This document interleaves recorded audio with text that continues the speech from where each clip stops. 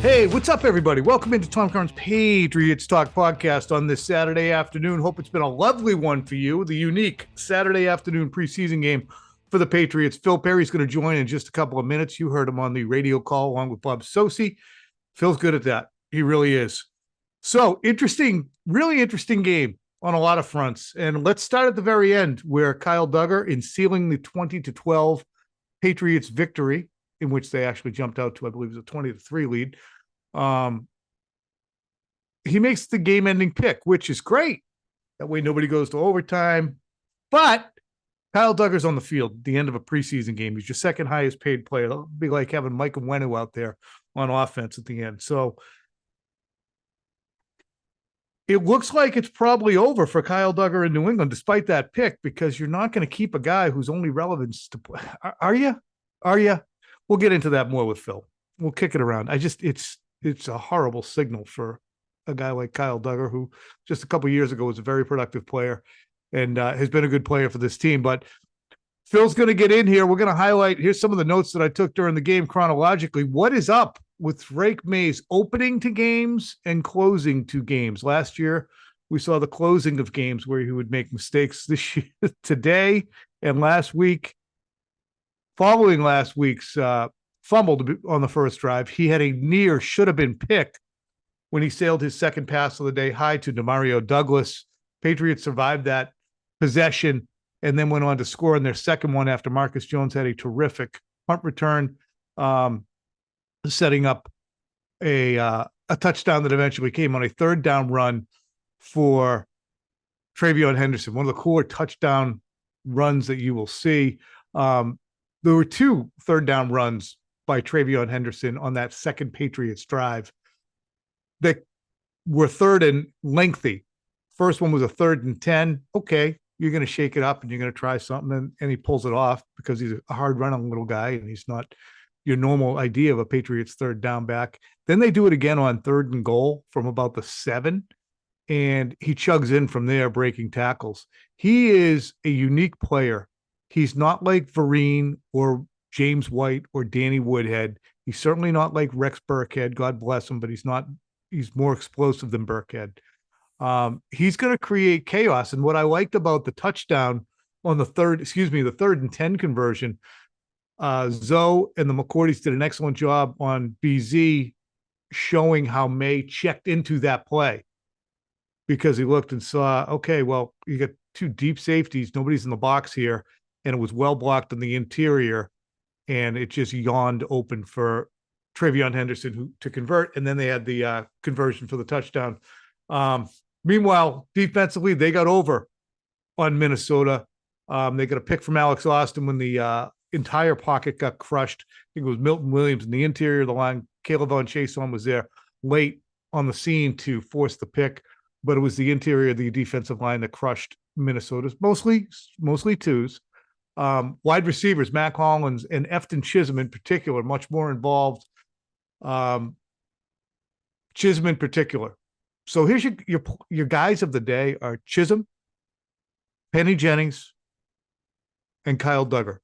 But there's a lot to plow through. My guy Adam Jay-Z, who is working on this Saturday, will let me know when Phil comes in. I'm going to keep flapping gums until Phil gets here, though, because the wide receiver room was interesting to observe today and kind of look at the pecking order. Staying off Javon Baker for a second, Kyle Williams had a nice catch and got smoked on his second catch, I believe. It was 2 catches for him. On his second catch, he got smoked. It was helmet to helmet. 1,000,000% should have been a flag. I cannot stand when they're asleep at the switch on that stuff. I wish that flag could be reviewed, so you just throw it, and if you just was shoulder to shoulder, you could pick the thing up. But you have to presume when there's that kind of collision and noise and reaction from the player, he probably got hit in the head as he was putting his feet down. I like the defenseless receiver rule. The guy's trying to do something else entirely. It's like a friggin' punt returner. You got to protect them. Bad job by the officials. Carl Cheffers' crew, asleep at the switch. But you did not see Williams return. I'm sure he's in concussion protocol. We'll see how his disposition is this week, whether he's out there at all. But Efton Chism more than made up the slack. 6 catches on 6 targets, 71 yards, all of them from Josh Dobbs. Probably made the team. I was a massive EC3 guy early. Had to get that in there. Massive Efton Chism guy during the mini camps, because you can't just watch a guy make 30 catches over 2 minicamp practices and say, well, he's not relevant. He's just a gadget guy. He's only catching them because nobody else is there. He was legitimately good. And it was confirmed by Vrabel when he said during OTAs, like, all he's done is catch every ball that's thrown to him. He was quiet during the early stages of training camp. Now he has bubbled up again and shown production in a game like this after last week's game where he had a touchdown as well. And yeah, the production is coming on some wide open throws, but he's open. He's going to the right spot. In that spot when he gets there, and this is exactly what he was doing at OTAs, he catches the friggin' ball. And then, as the McCourties again pointed out, the special ones, and I think David Andrews texted Devin, as he said on the telecast, as Belichick used to say, get open, catch the ball. Those are your 2 jobs. If you're special, you do something with the ball after you catch it. And on 2 different receptions, Chism did exactly that, specifically converting a 3rd down. Secondly, when he was able to finish with the touchdown and plow his little self in there. Looked like he might have gotten dinged. But I cannot imagine that he's not going to make the team at this juncture, which brings us to Javon Baker, who was thrown to 7 times. He caught 1 for 13 yards. The miss in the end zone that you saw in the first half with Josh Dobbs, he was well covered initially. He pushed off to get some room at the end line and did a good job of it. It was like back and forth fighting. Although Baker did get up under the guy's face mask, big deal. It's the preseason. He fought to get open. And once he got open, he turned and kind of stopped instead of turning and working toward the goalpost, which my presumption is, having watched this team for decades and the Josh McDaniels offense, you run the back line. So once you get there, you got to turn your head around and run the back line. He didn't do that. It came almost to a stop, or really slowed down. Josh Dobbs threw where he thought he would be, and it evaded, put it that way, evaded Javon Baker. Additionally, Baker was the intended receiver on a pass on which Dobbs was being heavily pressured and didn't really have a good clip of what the wideout was doing on that one, but you saw Dobbs not psyched about where Baker was on that. Baker then had a false start, and he wasn't able to come up with a diving catch along the sideline that seemed like a well-placed throw from Josh Dobbs. So Javon Baker did plenty to resuscitate his role on the team, at least as a special teamer, but still as a wideout, even though he's come up with a lot of Mossian catches, I think today was a tough one for him. And I'll have to ask Phil when he comes in, how much work did he do during the week that would negate that? So that's Baker. Kyle Williams into protocol. That could have a ripple effect as well. We still don't know what Kendrick Bourne's disposition nor Jalen Polk's will be going forward. Where would they fit in? But Efton Chism has most likely made the football team. But it was good to see more wideouts involved. And you did see Mac Hollins with a number of catches. At 6'4", I wondered, he's not a 6'4", field stretcher like the classic Devontae Adams, too tall guy. Devontae Adams isn't even that tall. I don't know. Give me a 6'4" guy.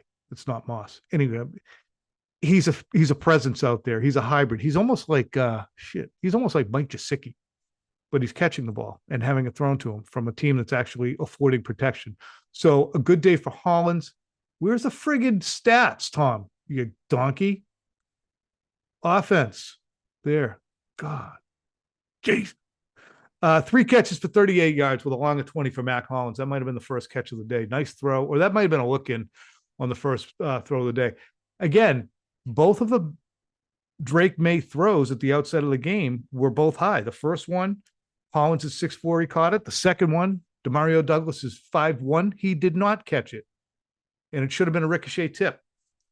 So, a ricochet pick. Bing, bing, bing. Kyle Williams actually had 3 catches for 24 yards. Baker had the 1 for 13 on 7 attempts. Kayshon Boutte had 1 for 8. Good player. He's making the football team. But it'll be interesting to see that. Also, I want to talk briefly about the offensive line, because maybe we've not done a good enough job highlighting the work of Marcus Bryant. He started at right tackle again today. I say again, I think Moses started last week. Either way, Marcus Bryant has been kind of a staple on the right side as they manage the reps of Morgan Moses. So he was out there. Ben Brown was out there at left guard. Bear in mind, and Phil will amplify this, I think. He and I have been talking, and he was enlightening me as he does his work and I do mine. His understanding is what they hope to do is make sure they have depth. So will Bryant be the starting right tackle? Most likely not. But he also worked at left tackle today after Campbell went out. So he's got left tackle experience now as well. And he had it at Iowa or Missouri, wherever him and Membu went. He has both side ability, Marcus Bryant. How high that ability is, I don't know, but he could do it. He was a 7th round pick. And additionally, Ben Brown, Wilson must be dealing with something, not major, but Ben Brown got the start there at left guard. So you have a guy who can play both center and guard in Ben Brown. So you just build that up as much as you can if you're the New England Patriots and take your chances while you still try to employ offensive linemen who are pretty good. Another decent job from Alex Austin. I will, again, ask Phil to correct me if I'm wrong. I thought he had a very nice shadowing into the end zone on a red zone throw on a 4th down play. Did a great job. He was out of phase a little bit, but he did not pull. He did not yank. The Vikings receiver was flipping his hands around, but he didn't do nothing. Borregales had a chance to match the 57-yard field goal from last week by our guy, John Parker Romo. He did not do it. He snapped it into the range. So he's hitting 3 off the tee. So there's that. What else do I have here? Oh, Penny Jennings. Phil and I, if you guys listen to this a lot, we've always considered Anthony Jennings a very good football player, a very productive one. I've called him Ninkovician because he can set an edge. He can be a factor in the run game. He had 3 sacks today in the second half. He's been kind of a beast in practices too, lobbing people around.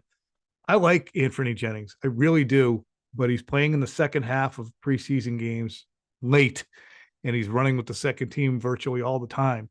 So he's too good to cut, I think. I just think he's a good football player. Hey, I just, if you can't find a spot for old Penny Jennings, but we're going to get into more of it with Phil when he gets in here. Those are just some of the notes that I had and the things that I wanted to highlight. Patriots winning again 20-12, and they are 2-0 in the preseason. There's a 20-game season on the schedule right now. Okay. When I include preseason and the regular season, 13-7, 17-3, excuse me. So they're 2 games into, we're 1/10 of the way through, and they have never lost a game under Mike Vrabel as head coach. So not a bad sign. Look at it now too. Commanders joint practice, Commanders game, Vikings 2 joint practices, Vikings game. That's 5 sessions. They only looked like ass in 1, which was the second of 2 joint practices. Want to get Phil in here to see what he's heard too around the team about the performance on Thursday, because I'm sure he's been talking to some folks there to try and, just ferret out information. It's a job. It's the job for all of us. But Phil's going to join us in just a minute once he, as I said, finishes his responsibilities. So the next time you see me in my big yellow shirt, Phil will be alongside.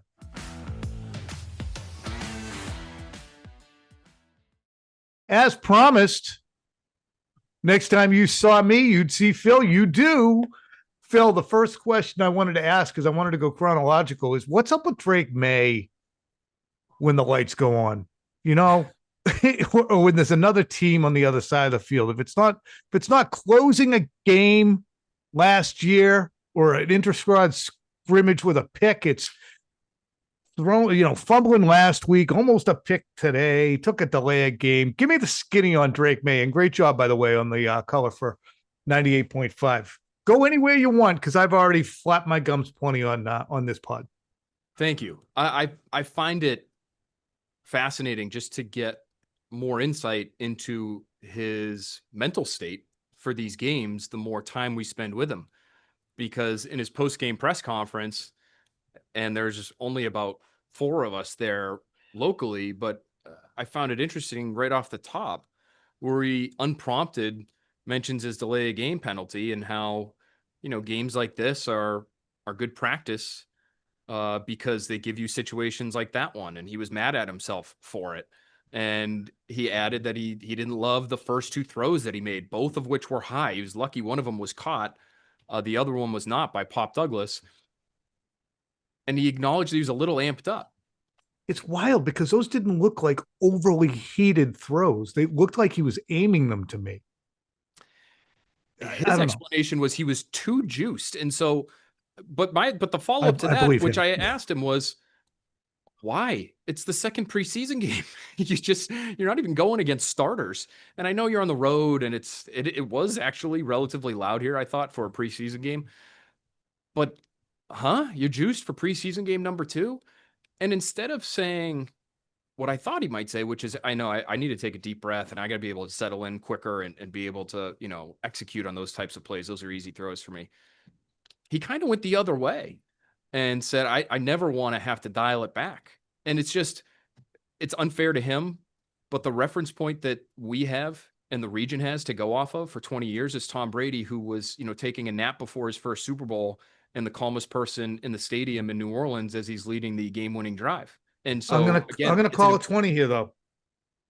I'm gonna call it 20 because after the nap was over, he's in the friggin' bubble tunnel smashing heads with Drew Bledsoe. Okay. And the 2011 Super Bowl, Dingbat took a friggin' safety on the first drive because he threw it out of the end zone to nobody in particular. Fair. And May did acknowledge, it's funny, Phil, I'm not correcting you. No, but this is the essence of a podcast. This is the essence. There's nuance. I said to him a week or two ago, he was talking about nerves and being anxious. I said, are you anxious before practice? Oh yeah, I'm always jittery. Yeah, I'm into, what? So shit. I mean, I'm nervous before my Thursday night over 40 basketball league games and play that way. But it is funny that, they gave him an easy throw. They gave him the Mac Hollins throw. That should have settled him in. Apparently didn't. Go ahead. More on May from you. No, and the delay game I thought was a bad moment. And the reason for it, he couldn't really explain. He did acknowledge that these games are a little different than practice, where it sounds like in practice, they might be a little bit more lenient in terms of when they start that game clock. Man, they really start that thing quickly, right? As soon as that first play's over. And those are comments that are in some ways surprising to hear, because it's not like he's a rookie, right? He did play a lot of football last year, and you would think that internal clock, even though it's just his second year, would be a little bit more refined. But then I thought, he settled in a little bit. Vrabel made some comments to that effect after the game, made a nice throw to Mac Hollins on the sideline on the run. That's sort of the essence of Drake Maye and what he can give. Yeah, really nice throw. Helps lead a touchdown drive. So up and down, which I think is a little unfortunate for him, because I thought he was really good in the 2 joint practices, and he had 2 drives to kind of, put an exclamation point on the week. And he really, I don't think he quite did that just based on that first series he had. No, I mean, it's the PSATs during the week. I would call this the SATs, because the whole region's watching. Even if the coaching staff is putting more on that, at least for look, they're turning on the scoreboard and putting the officials there and letting 50,000 people sit in the stands because it's supposed to simulate a game.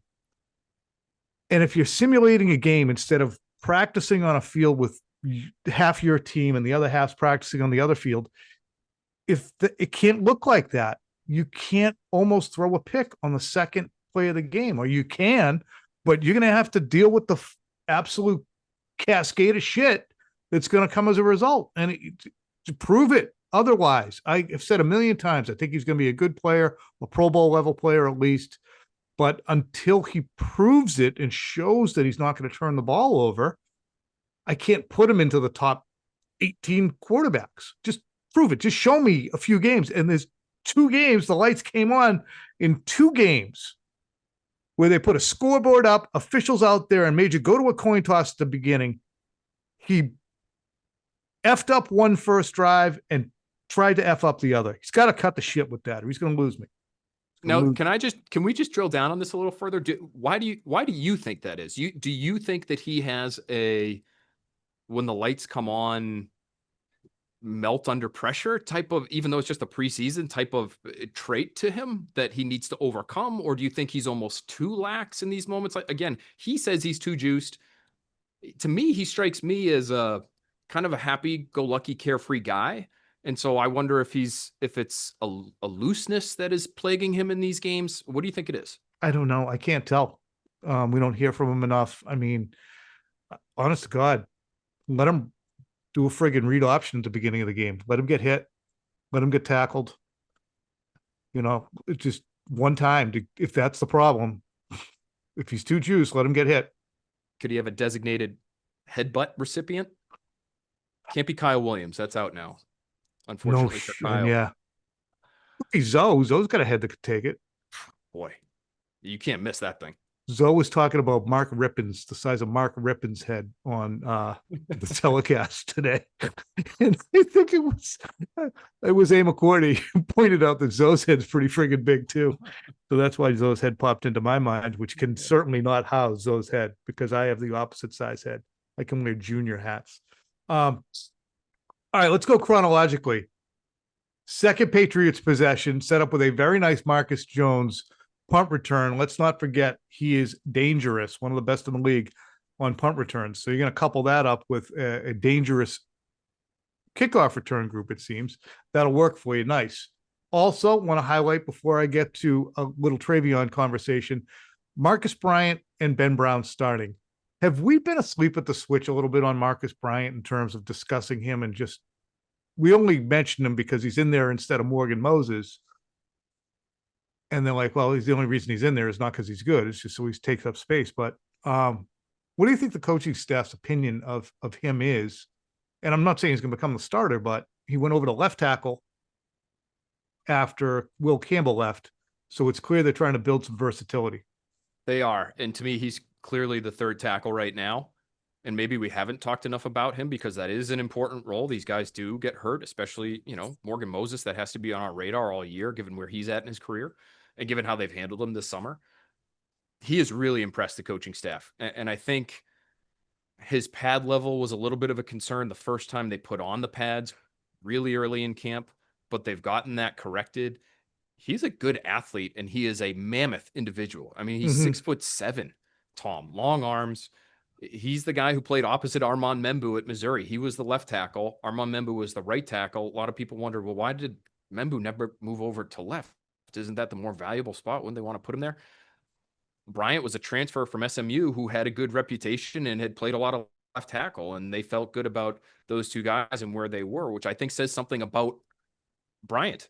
And so the fact that he lasted to the 7th round, maybe a little bit of a surprise, but they may have found themselves a steal there. I don't think he's going to threaten for the starting lineup at any point in time, but he certainly looks, and I know that the coaching staff has been more impressed with Bryant than they have been with guys like Vidarian Lowe, DeMontre Jacobs, who were starters for you, Tom.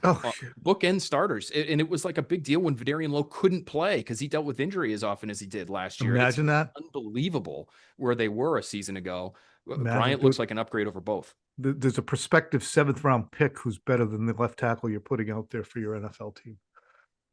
He's playing in college right now. He'll be better than anybody in your team. Yeah, he's going to go in the 7th.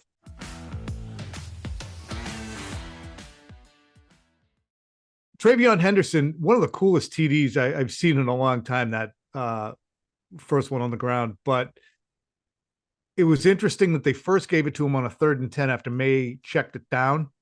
According to the telecast, they thought it was a check down. Certainly did look like a check down. Picks up a first down on a 3rd and 10 draw. But you're not going to see an offensive coordinator call for multiple third and long handoffs to a changeup back. He's not a changeup back. He's not Vereen or White or Woodhead or Kevin Falk. He might be Kevin Falk, but Kevin Falk, I don't think was a straight line fast. Kevin Falk was pretty fast. Anyway, he's nasty, and it's really interesting to see how they use him. I think you hit on what is, to me, one of the key stories from this game, which is not just Henderson's continued strong performance, but how they used him. He was out there. He was the starter. He was running between the tackles. You know, that I thought would be, even if Ramondre Stevenson is out, the job of someone else, i.e. Antonio Gibson, who's about 230 pounds, and we know can run between the tackles and be pretty effective. And I thought it would just be relatively clear cut with that first offense. First and second down, you'd have Gibson. Third down, you'd have Henderson. But to see him out there as early as he was and to use him in the way that they did, you know, 3rd and 10 draw, like a scat back often gets that kind of carry. But 3rd and 4 in the red zone? Oh, it was 3rd and 4. Yeah. Downhill, like not necessarily a quote unquote inside run, but right off the ass of your left tackle, Will Campbell, who I thought made a nice block on the play, sort of strained to finish and hang on and win that battle. But that's usually the job of a bigger man. And I think it just tells you that they view him as an all-purpose guy, which they should. He's one of their best offensive players already. It's clear. All right, let's go to the good on the wideouts. Efton Chism probably made the team today. You already had him making the team. I was a little bit more reticent, but you don't even have to keep him on the team to keep him away from poachers. You probably should keep him on the team because he can contribute, especially with Jalen Polk and his situation, and Kendrick Bourne and his situation, and Kyle Williams taking a knock on the coconut today. Yeah, I mean, if they want to keep 6, to me, today made it very clear that the 6th should be Chism. I think you might have been able to make an argument, Tom, after last week, given the special teams contributions they got from Javon Baker, that it could be Baker over Chism. And even though Chism, flashed, and maybe you'd have to keep him away from other teams and keep him on the 53 so somebody else doesn't grab him on waivers, like you could have made the argument for Baker over Chism. Now you can't. And I combine today's game with the practices because it was just a continuation of what we saw in the practices. Chism was electric in the practices. We just didn't talk about him all that much. No, we didn't. We didn't get to him. He was good. It was all with the second team. Okay. It's Josh Dobbs dropping it in the bucket in the back corner of the end zone, and he's toe tapping. It's making a contested catch and almost mossing a Vikings, again, a backup defender. So you take it with a grain of salt, as you should with the performance today. But to see him understand already as an undrafted rookie how to sit down in the soft spots of the zone, how to try to create extra yardage for himself, even though he's only 5'10", 198, and to show those instincts and that innate ability to pick up what's there for him. I mean, Tommy, I think there were 6 Vikings who got hands on him on that touchdown play, and he still ends up crossing the goal line. So, and there were 4 on the 3rd down play. 4 fellas. They've got something in this guy, and they should have him on the roster. And in my opinion, they should find snaps for him offensively. It shouldn't just be a stash and, he doesn't get a jersey on game day, but he gets to work his ass off in practice. Like, they should be getting him the football. On the other end of the spectrum, shit day for Javon Baker. 7 throws his direction, 1 catch. His first gaffe, I thought, was he broke free in the end zone and then just stopped. Didn't stop. He just turned around and said, "Here I am," kind of just sauntering, and Dobbs was leading him toward the goalpost, and he had to try and reaccelerate and couldn't make the catch. He was open. I just don't understand why he stopped or slowed down so drastically. And then, of course, he had a false start, a drop-ish kind of play. He had another one thrown to him that was on Dobbs. It was out of bounds. He made a nice catch on that, but tough day for Baker.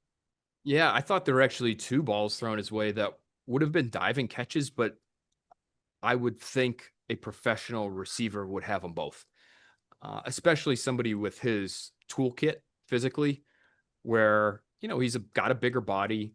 You expect to throw it to him in some contested situations. I thought I thought the first one to the sideline was actually a really good throw by Dobbs. It was on Yeah, an out route to the the left low one. sideline.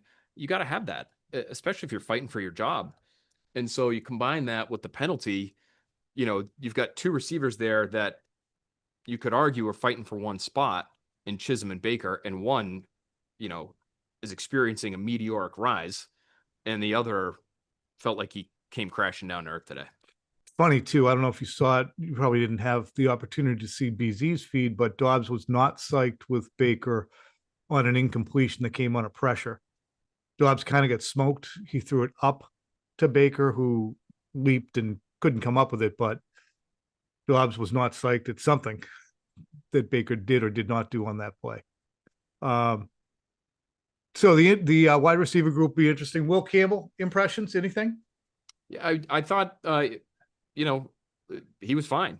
Did we notice any pressure coming off his side? I really didn't. They didn't throw the ball a ton with Drake Maye, obviously, but I thought he held his own on the scramble drill play that Maye had.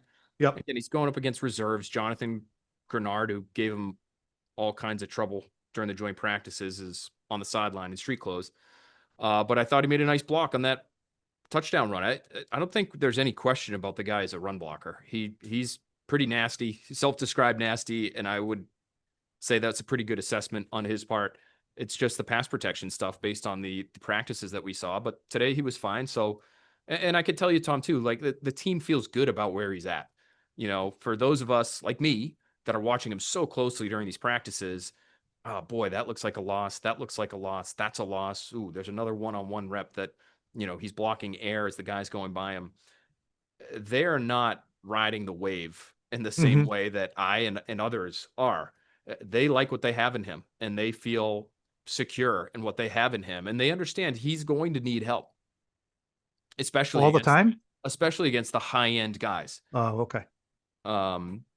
But that might he's a forever thing, Tom. Like, he's a fourth overall pick. Should he need help? So he's the fourth overall pick, and that's the part that I think is always going to loom over him, because he's probably, he's not that kind of tackle prospect. He's not Orlando Pace, right? And he's never going to be. And there's only a handful of guys in the league, and I think this is how the Patriots feel. There's only a handful of guys in the league that you could look at and say, this guy really doesn't need a whole lot of help against high-end pass rushers. For the most part, every other left tackle that's a starter gets a good deal of that, I think, is how they would look at it. And right. So they feel. Yeah, I mean, Trent Williams is the gold standard. He'll be a Hall of Famer watching him, but I guess you're right. Matt Light needed help. Jason Taylor would chew his face off some days. So I guess that's, but Matt Light's a second round pick, so the expectations maybe are different, right? I think that's going to be the tough part.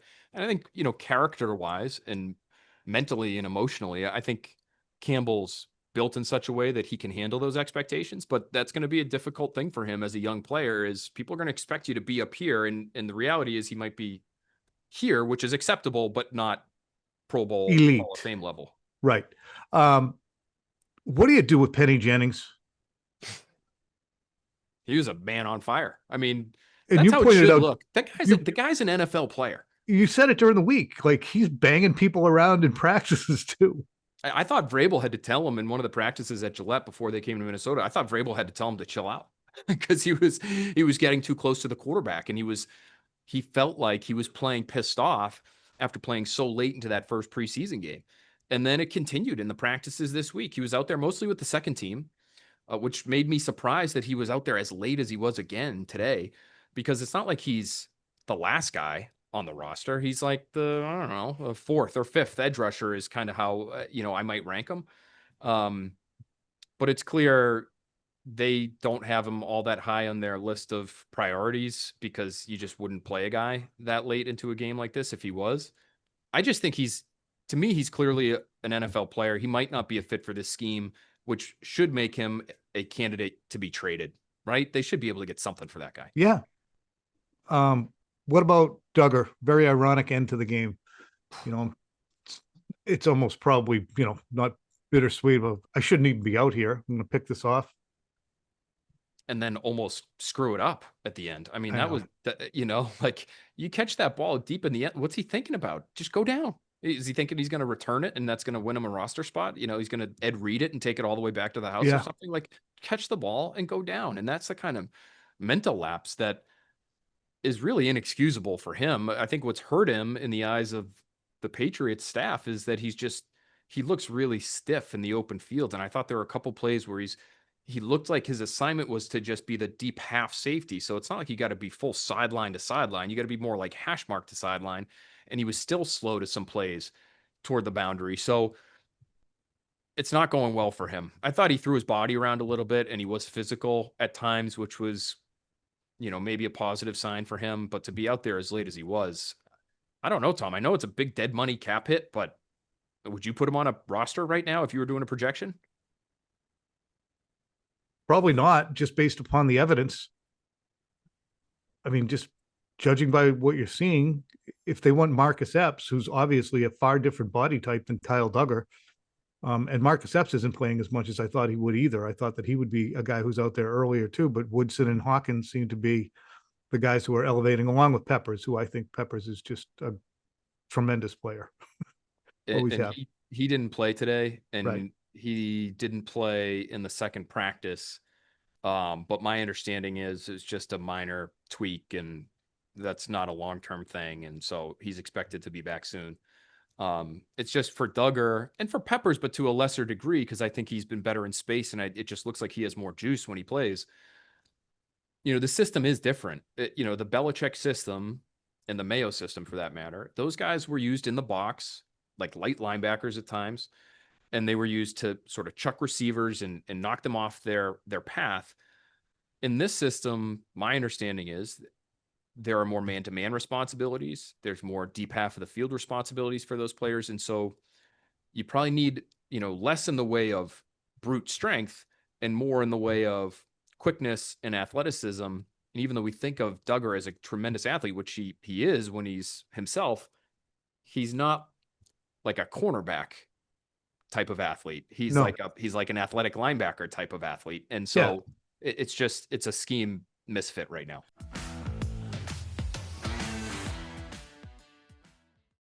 Can Stefon Diggs stay in mothballs for the entire preseason and go into the season? And like, where do you think the standing is with him after kind of an odd week? Yeah, maybe we made it odd. I don't know. He made it odd by his conversation with Diana Rossini, our friend on Scoop City. Does a great job. Where do you think, as always, where do you think things stand with Stefon Diggs as they approach their last preseason game? They're happy with him. He has, I think, met expectations for them. They're pulling back on him a little bit in terms of how much they're allowing him to play. I think the expectations that they have for him are realistic, though. And I don't think they're anticipating that as soon as he gets to play in these games, you're suddenly going to see, true quote unquote number one receiver type of performance. So the thing I'm really curious about is, because he's been kind of quiet in the 11-on-11 periods, Tom. He had one target in 11-on-11 on Thursday. He hit 2 on Wednesday, and they had almost 50 pass plays between the 2 days. 3 targets. That's like that's like one pass happy game. 50 dropbacks for an NFL quarterback. 3 targets for Stefon Diggs is not enough, right? So I think we would all say that. So why is my question? And some of it might just be reps and the number of reps they're giving him. I do wonder, because I've heard players talk about this in the past coming off of ACLs. It's different to run routes on air or to, be in an empty gym by yourself and you feel like you can do just about everything. It's a totally different thing to be out there with 21 other bodies on the field and trying to navigate space and trusting your knee and taking contact and things like that. And so I just wonder if he's going through that, whether consciously or subconsciously. I think even Kendrick Bourne was on a podcast recently and talking about this very phenomenon where, last year he was back and he was healthy, but there was like this lingering doubt in the back of his mind. That's just a human instinct coming off a severe injury like that. So I think he's got to play in the preseason, because I would find it even more, making a difficult situation even more difficult for him, Tom, if the first time he gets out there and sees snaps in anger is a game that matters. Yeah, he wants to get tackled. I mean, I'm not saying he specifically, but wouldn't you want to get tackled once or twice? I'm big on getting guys tackled. I want May to get tackled. I want everybody to get tackled. But maybe that's a thought. So, so as for the dot connecting that we've done throughout the Stefon Diggs experience, and saying, there's some smoke there. Maybe he's a looming pain in the ass. Everyone has said that, whether it be both radio stations, myself, yourself. They're not feeling that vibe. They're good with Steph where he is. No, that's not the sense I'm getting. And I know we were, doing some speculative connecting of dots the other day. I guess it was after the second joint practice there, but I've talked to people since then, and they like what he's given them behind the scenes. And, whether it's coincidence or not, the team has been busy, tweeting out videos of him leading the charge and leading huddles and sounding like a leader. And that's a good thing. They should want that from him. He's seen a lot of football. He's done a lot in this league that most guys in that locker room have not. And so if that's the kind of teammate he's going to be, that's a great thing for them, especially if he's doing it despite not being like the most dominant player on the field. I think that, remains a question, and we'll see how that goes. If, they get through the first month and he's, for example, averaging 3 targets a game, I don't think he's going to be psyched about that, and he shouldn't be, quite frankly. So if that's what happens, how does he handle it? Like, those are all interesting things to watch. But I think right now they're just trying to manage him, make sure he is ready for the start of the year. And my guess is when he's out there, he's going to be getting targeted more than we've seen in some of these recent practices. Maybe they're just keeping him under wraps to unveil in September. Remember this guy? All right, Phil, great stuff from Minnesota all week long. Travel safe. We appreciate you. We'll be all over it this week as the Patriots prepare for their final preseason game against the New York Football Giants next week, correct? Correct. Yep. All right. It's a tradition. All right, everybody. Have a great rest of your weekend. Take care.